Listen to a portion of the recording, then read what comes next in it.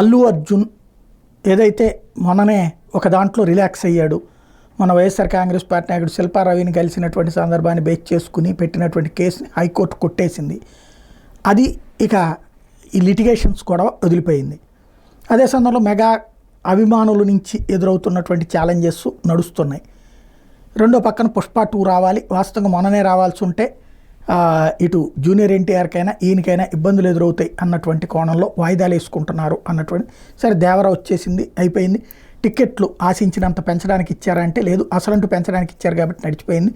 Profit వచ్చేసింది కాబట్టి అది అయిపోయింది. దేవర 2 ఎప్పుడవుతుందో ఏంటో చూడాలి. ఈలోపు చూసుకుంటే ఇక్కడ గ్రౌండ్ లెవెల్లో మారుతున్నటువంటి పరిణామాల్లో అల్లు అర్జున్ ఏం చెప్పాడు, ఎక్కడ బాలయ్యకి సంబంధించిన అన్స్టాపబుల్లో అల్లు అర్జున్ అటెండ్ అయ్యాడు.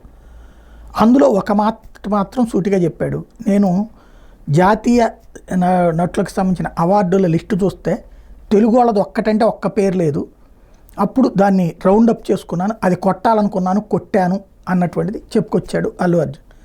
అది వరకు ప్రోమోలో వేశారు.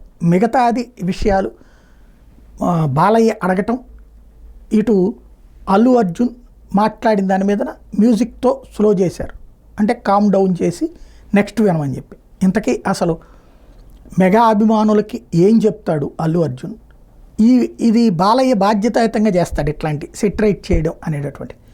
ఆయన దీనికి సొల్యూషన్ ఏం మాట్లాడారు వీళ్ళిద్దరూ చూడాల్సి ఉంది.